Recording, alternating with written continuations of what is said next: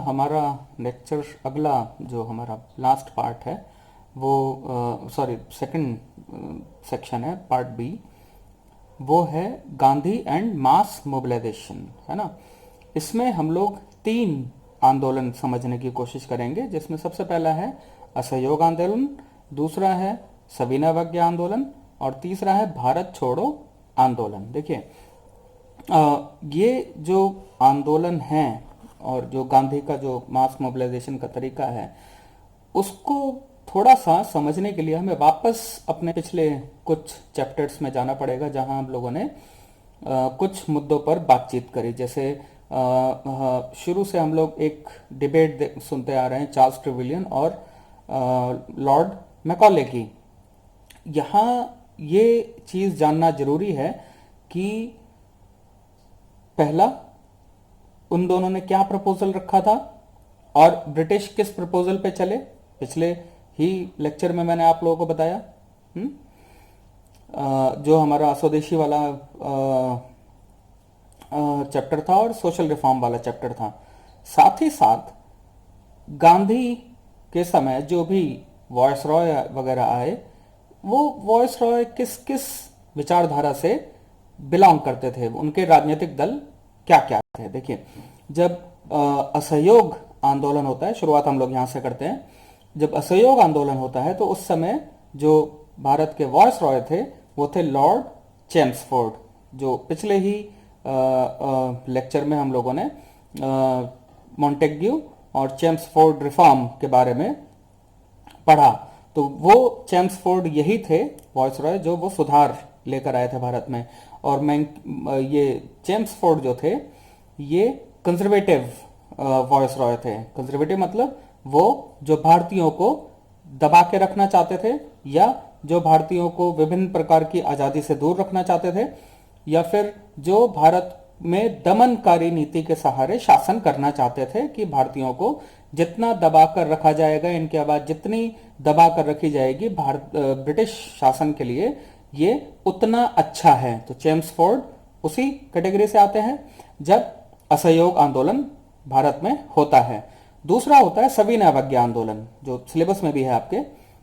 उस समय जो भारत के वॉयसरॉय थे वो थे लॉर्ड इरविन, और उस समय भी लॉर्ड इरविन कंजर्वेटिव ही विचारधारा के मानने वाले थे। मतलब वही कि भारतीयों के साथ शिष्ट व्यवहार नहीं करना, अशिष्ट व्यवहार करना है। तीसरे में लास्ट में आते हैं जो सिलेबस में है आपके भारत छोड़ो आंदोलन। भारत छोड़ो आंदोलन के समय लॉर्ड लिलिंगथो ये भारत के वॉयसरॉय थे, और इनका जो मुख्य विचारधारा थी वो भी कंजर्वेटिव विचारधारा के ही थे। कंजर्वेटिव दल से ही ये बिलोंग करते थे।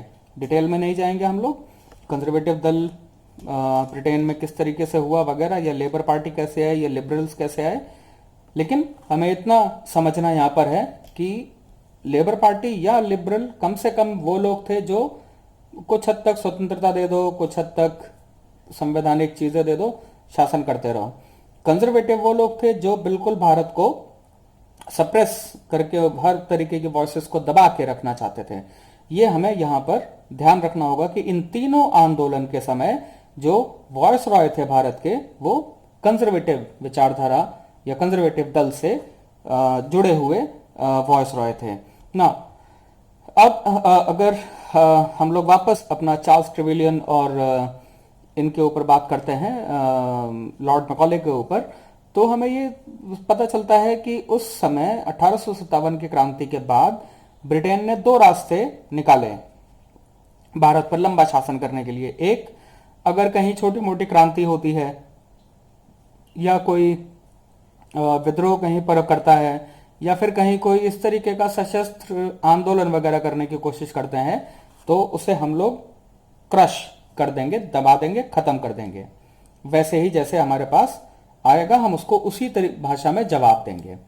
और यकीन मानिए स्टेट भारत का शुरू से बहुत स्ट्रांग रहा है, और इसी वजह से भारत में किसी भी तरीके का जो भी अलगाववादी आंदोलन हो, या फिर किसी भी तरीके का कोई सेक्टेरियन आंदोलन हो जो शस्त्रों के दम पे चला, उसको ब्रिटेन ने कॉलोनियल जो राज्य था उसने भी खत्म किया, और आजादी के बाद हम लोगों ने कई सारे ऐसे आंदोलन देखे जो भारत ने खत्म किया। तो भारत एज ए राज्य जो है वो बहुत मजबूत है, और इसके सामने सशस्त्र विद्रोह करना मतलब अपना जो भी विद्रोह है उसका दमन करवाने के बराबर है। शुरू होने का मतलब ही है कि इसका दमन होगा। शुरू से भारत राज्य जो है औपनिवेशिक समय से ही इतना मजबूत रहा है ना। दूसरा रास्ता इन लोगों ने क्या सोचा, भाई पहला रास्ता तो ये हो गया कि कोई भी सशस्त्र विद्रोह करेगा या क्रांति करेगा या हमारे खिलाफ जंग छेड़ेगा तो हम उसको वैसे ही जवाब दे देंगे, क्योंकि औपनिवेशिक राज्य मजबूत था। दूसरा रास्ता यह था जो इंडियन नेशनल कांग्रेस के जरिए हम लोगों ने समझने की कोशिश करी कि भाई कुछ कॉन्स्टिट्यूशनल मांगे आती रहेंगी और हम उनमें बार्गेनिंग करके कुछ मांगे एक्सेप्ट करते रहेंगे और कुछ मांगे अपनी थोपते रहेंगे, और इससे हमारा शासन भारत में आराम से चलता रहेगा। ये दो तरीके की नीतियां ब्रिटेन जो है वो भारत में लेकर चलता रहा तब तक जब तक गांधी की एंट्री नहीं होती है। देखिए, यहां जब गांधी की एंट्री होती है तो गांधी क्या कहते हैं, गांधी ये कहते हैं कि राज्य तो बहुत मजबूत है, 1857 की क्रांति इसने कुछ ही समय में क्रश कर दी, खत्म कर दी, एकजुटता हम लोगों के अंदर आ नहीं पाई। अब अगर हम लोग सशस्त्र क्रांति करते हैं या सशस्त्र विद्रोह करते हैं या छिटपुट तरीके से ब्रिटिशर्स के ऊपर प्रेशराइज करने की कोशिश करते हैं थ्रू वायलेंट मीन्स, हिंसक जरिए से, तो ब्रिटिश राज्य हमारे ऐसे किसी भी आंदोलन या आंदोलनों को हम खत्म कर देगा या खत्म करता जाएगा, कोई मतलब ही नहीं रह गया फिर इस आंदोलन का। दूसरा जो कॉन्स्टिट्यूशनल बार्गेनिंग वाली बात है कि भाई जहां से कुछ मांग उठ रही है कुछ बार्गेनिंग करके इंडिया को दे दो, तो इतने समय से तो शासन करते आ रहे हैं, हमें मिला क्या, स्वराज मिला नहीं, आत्मसम्मान मिला नहीं, ऊपर से हम लोगों ने जो पिछले लेक्चर में पढ़ा विभिन्न भारतीय अधिनियम जो आए, शासन अधिनियम, वो और हमारे ऊपर थोप दिए गए। कोई सा भी हो, जब तक गांधी नहीं आते उससे पहले बहुत सारे अधिनियम भारत के ऊपर 1909 लेटेस्ट था वो थोप दिया गया। वो क्या था, वो कहीं ना कहीं कॉन्स्टिट्यूशनल बार्गेनिंग ब्रिटेन जो है वो इंडियंस के साथ कर रहा था कि आप ये ले लीजिए, तो इंडियंस जो है वो थोड़ा सा महसूस कर रहे थे कि हाँ चलो हमारे साथ ब्रिटिश का एक रिलेशन डेवलप हो रहा है। गांधी, चार्ल्स ट्रेवेलियन और लॉर्ड मैकॉले की ये जो दो नीतियां थी, जिनमें सबसे पहला था सशस्त्र विद्रोह होगा तो उसी तरीके से जवाब देकर उसे खत्म कर दिया जाएगा। दूसरा था कि संवैधानिक जो भी नियमावली आएगी है ना, उसके जरिए बार्गेनिंग करके हम लोग यहां पर शासन करेंगे।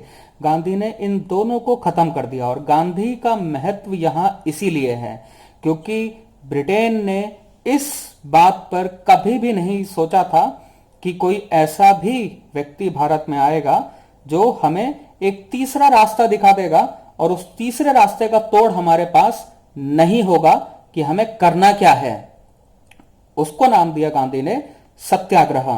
ओके, सत्याग्रह मतलब सत्य के लिए आग्रह करना, अहिंसा का उन्होंने ज्ञान दिया।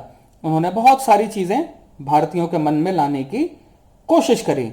ये क्या चीज है, देखिए हम लोग आंदोलन से पहले ये चीज हमारे लिए समझना जरूरी है। ये तीसरा रास्ता क्या था, हिंसा के सहारे हम ब्रिटेन से नहीं जीत सकते, कॉन्स्टिट्यूशनल बार्गेनिंग से हमें कुछ मिला नहीं, तो क्या करना है, सत्याग्रह करना है। छोटा सा एग्जाम्पल यहां पर अन्ना हजारे मूवमेंट अभी आप लोगों के जहन में ताजा होगा, इसका उदाहरण ले लेते हैं। अन्ना हजारे मूवमेंट जब शुरू हुआ तब बहुत सारे लोग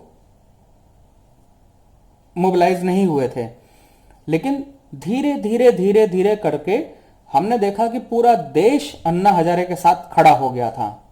इसे सत्याग्रह कहते हैं, जहां राज्य को, क्योंकि अन्ना हजारे गोली नहीं चला रहे थे, हिंसक प्रदर्शन नहीं था, राज्य दमन नहीं कर सकता। कॉन्स्टिट्यूशनल बार्गेनिंग का भी सवाल पैदा नहीं होता क्योंकि वो संविधान में एक लोकपाल रखने की मांग कर रहे थे कि कुछ संशोधन करके एक लोकपाल की व्यवस्था की जाए, तो बार्गेनिंग का भी सवाल नहीं होता कि लोकपाल के बदले कुछ और ले लीजिए हमसे, यहां तो या तो मांग मानी है या फिर मैं सत्याग्रह कर रहा हूं। सत्याग्रह का तोड़ क्या है, इसका जवाब आज तक किसी के पास नहीं मिला। इवन आप अगर नोटिस करना चाहें तो बहुत जगह पर एनटीसीए प्रोटेस्ट हुए, एनआरसी के खिलाफ प्रोटेस्ट हुआ या एनपीआर के खिलाफ प्रोटेस्ट हुआ और राज्य ने उन प्रोटेस्ट को दबा दिया। किसी भी राज्य में आप देखिए, राज्य ने उन प्रोटेस्ट को दबा दिया। जो भी हिंसक हुए उन प्रोटेस्ट को राज्य ने दबा दिया। जरा सी हिंसा हुई, तुरंत प्रोटेस्ट खत्म हो गया। शाहीन बाग प्रोटेस्ट अंत तक राज्य खत्म नहीं कर पाया। क्यों? क्योंकि शाहीन बाग प्रोटेस्ट उसी तर्ज पे चल रहा था जो गांधी ने एक रास्ता दिखाया था। कुछ हद तक वैसा ही था, क्योंकि वो हिंसक नहीं हुआ, उसने कोई भी ऐसी घटना नहीं घटी जो देश विरोधी, राज्य विरोधी, समाज विरोधी, है ना, या वो हिंसा का रास्ता अपनाए। तो राज्य को ये सूझ ही नहीं रहा था कि शाहीन बाग आंदोलन खत्म कैसे करे, और शाहीन बाग आंदोलन ने एक बहुत बड़ा पॉपुलैरिटी भी हासिल करी। यहां हमारा मुद्दा समझना यह है कि गांधी ने ऐसा नया क्या दिया। तो गांधी ने यह चीज नहीं दी कि आप शांतिपूर्ण तरीके से सत्य के लिए आग्रह करिए, जिसे उन्होंने सत्याग्रह का नाम दिया, और सत्याग्रह के जरिए आप हिंसक नहीं होंगे, जनता से उन्होंने अपील करी। और बिल्कुल भी कॉन्स्टिट्यूशनल बार्गेनिंग नहीं होगी, नल एंड वॉइड कर दिया उन्होंने कि ब्रिटेन के साथ किसी भी तरीके का, भाई एक वो हो गया जो कॉलोनियल पावर है, जो औपनिवेशिक शक्ति है, और दूसरा कौन हो गया जिसके ऊपर औपनिवेशिक शासन स्थापित किया गया है। इनके बीच में क्या बार्गेनिंग हो सकती है? बिल्कुल नहीं हो सकती बार्गेनिंग।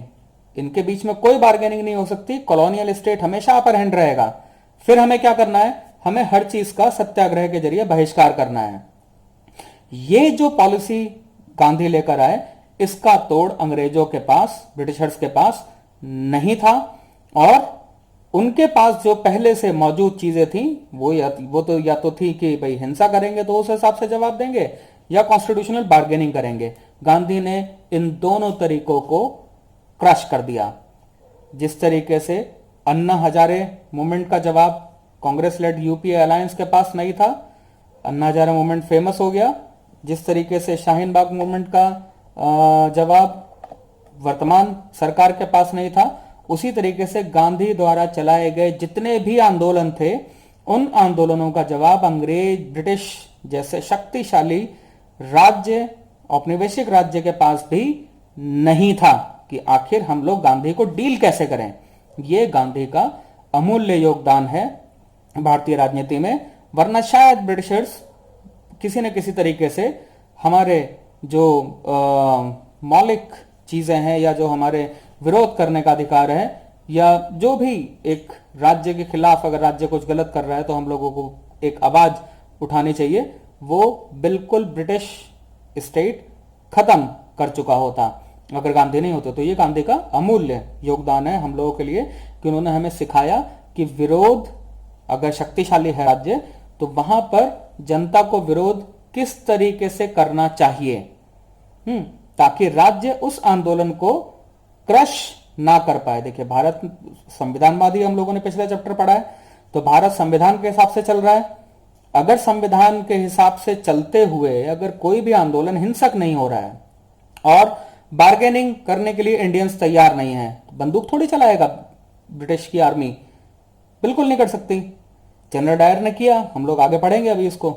बहुत ज्यादा आलोचना हुई उनकी, ब्रिटेन तक में आलोचना हुई। आज तक ब्रिटेन हम लोगों से माफी मांग रहा है उस घटना के लिए जो जलियांवाला बाग में हुआ था। तो ये चीजें समझने की हैं कि जहां पर आप शांतिपूर्ण और एक सत्याग्रह का रास्ता लेकर चल रहे हैं, वहां मजबूत से मजबूत राज्य भी झुक जाता है। गांधी ने इसी नीति का सहारा लिया और गांधी का ये योगदान अमूल्य है। इसीलिए गांधी जो है वो बहुत पॉपुलर लीडर बने और अपने इसी सत्याग्रह के मंत्र के जरिए गांधी ने देश की जनता को मोबिलाइज किया, है ना, पूरा का पूरा मोबिलाइज करते हैं देश की जनता को और एक मास मूवमेंट खड़ा करने में कामयाब होते हैं। विभिन्न तरीके के मास मूवमेंट खड़ा करते हैं। उनमें से जो कुछ मास मूवमेंट हैं जो गांधी ने खड़े किए, वो हम लोग एक बार उसके ऊपर एक सरसरी नजर डाल लेते हैं जिनमें सबसे पहला था चंपारण का आंदोलन, 1917 में हुआ था। देखिए, स्वतंत्रता संग्राम के लिए बिहार के चंपारण जिले में महात्मा गांधी ने यह आंदोलन शुरू किया था। 1915 में गांधी भारत वापस आ गए थे, लौटकर साउथ अफ्रीका से। उस समय देश में ब्रिटिश शासन जो था वो पूरी तरीके से एक अत्याचारी शासन में बदल रहा था।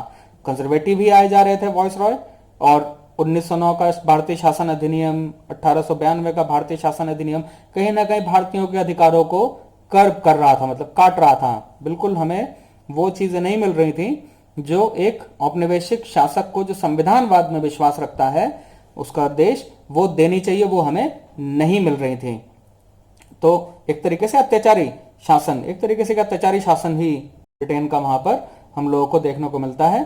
ब्रिटिशर्स ने चंपारण में किसानों की उपजाऊ भूमि पर नील और जो दूसरी नकदी फसलें होती हैं उनको उगाने के लिए ब्रिटिशर्स ने किसानों को बिहार के चंपारण जिले के मजबूर किया, नील की खेती करने के लिए खास तौर से मजबूर किया।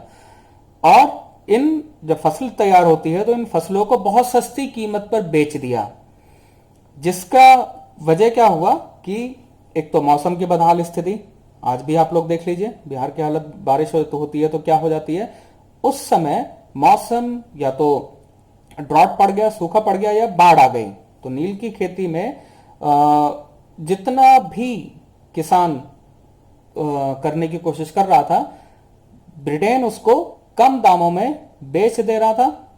उस खेती से उपजी हुई फसल को किसानों के हाथ कुछ भी नहीं आ रहा था, और उन्हें टैक्स देना है वो अलग। तो किसानों की जो स्थिति थी इस नील की खेती की वजह से, और प्रेशराइज करके जो कराई जा रही थी, और अन्य नकदी फसलों की वजह से, वो बद से बदतर होती जा रही थी। मतलब उनके लिए खाना पीना ये सब बहुत दुश्वार हो चुका था ना।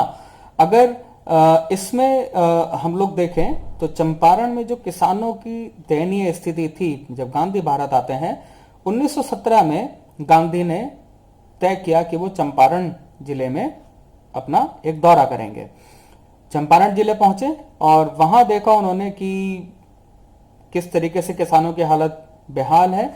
और अगर प्राइमा फेसी देखा जाए, सतही तौर पर देखा जाए, तो गांधी ने अपना पहला सत्याग्रह चंपारण में ही किया, जिसमें अंग्रेज शासन जो था, जो ब्रिटिश शासन था, उसको झुकना पड़ा और चंपारण में किसानों की मांगों को मानना पड़ा। पहली बार ब्रिटेन के साथ ऐसा हुआ कि ब्रिटेन ने इंडियंस की कोई मांग मान ली हो, क्योंकि उनके पास इस सत्याग्रह का तोड़ ही नहीं था। भाई वो दो ही चीज जानते थे, कॉन्स्टिट्यूशनल बार्गेनिंग या हिंसक आंदोलन हो तो दबा दो। हिंसक आंदोलन हो रहे थे, दबाए जा रहे थे। लेकिन जब यह सत्याग्रह हुआ, क्या करेंगे आप? आपको संविधानवाद का सम्मान करना पड़ेगा। इस वजह से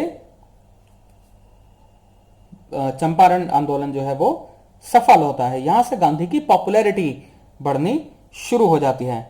इसके बाद खेड़ा में आंदोलन होता है। खेड़ा गुजरात के किसानों को लेकर था, जहां सूखा पड़ा हुआ था, अकाल आ गया था एक तरीके से, और किसान की कर वसूली के लिए ब्रिटिशर्स ने किसानों को प्रेशराइज करना शुरू किया खेड़ा में। वहां पूरी तरीके से एक अत्याचारी शासन कर लेने के लिए ब्रिटेन ने अपना स्थापित करने की वहां कोशिश करी, प्रेशराइज किया करने की कोशिश करी, और खेड़ा में फिर से सत्याग्रह शुरू होता है।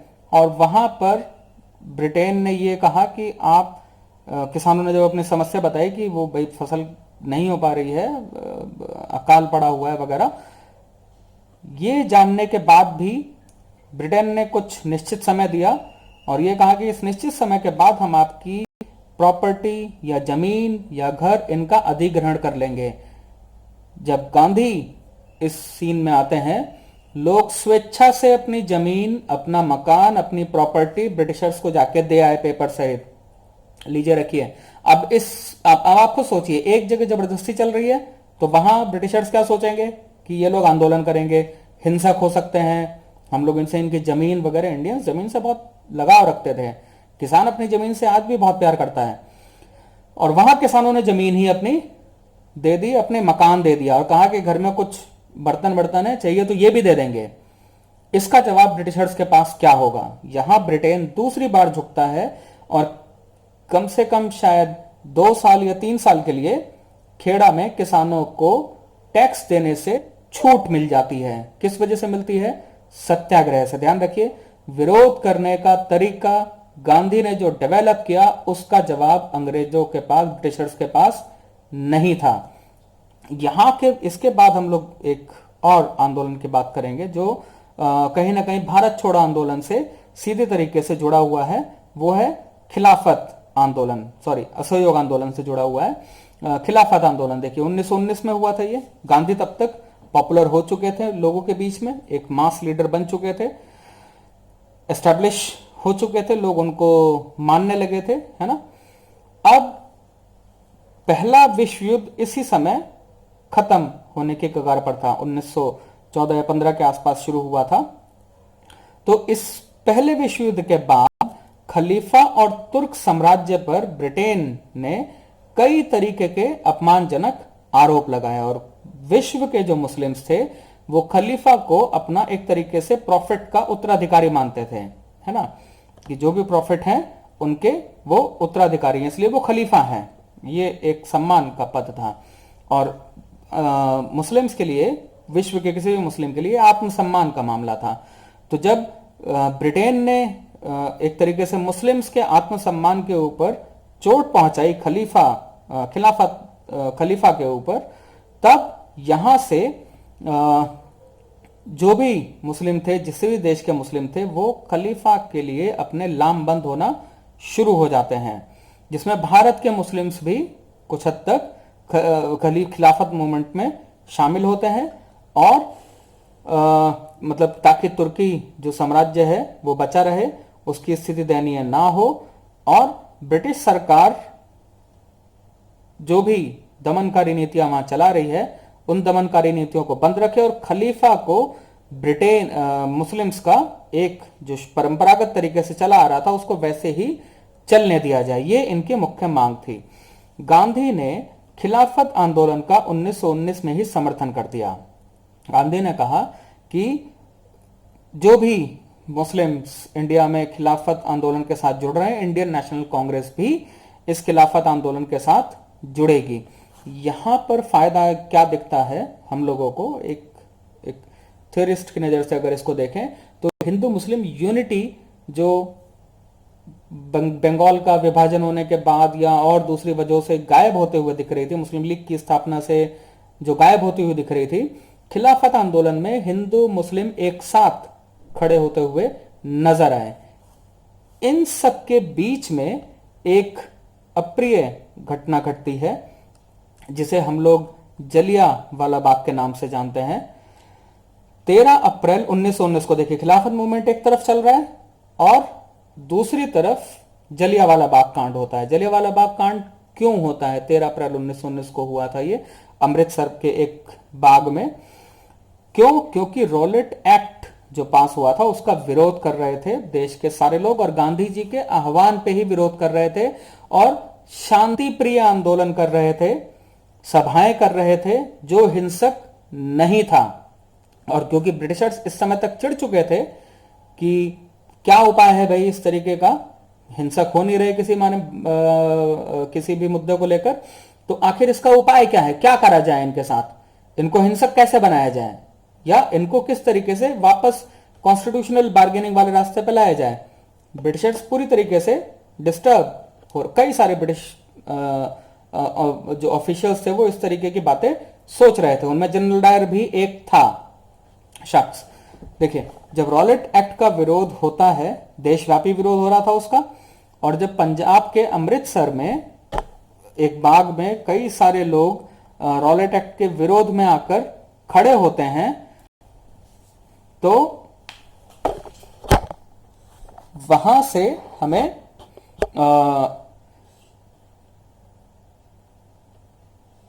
यह देखा गया कि चारों तरफ से उस बाग को जनरल डायर ने घेर लिया, अपनी ऑलमोस्ट आर्टिलरी और रिवॉल्वर और राइफल्स लिए हुए जवानों के साथ। और वो कम्युनिटी जो वहां पर आंदोलन कर रही थी, जिनमें मैक्सिमम सिख थे क्योंकि पंजाब का एरिया था, शांतिपूर्ण तरीके से अपनी बात रख रहे थे।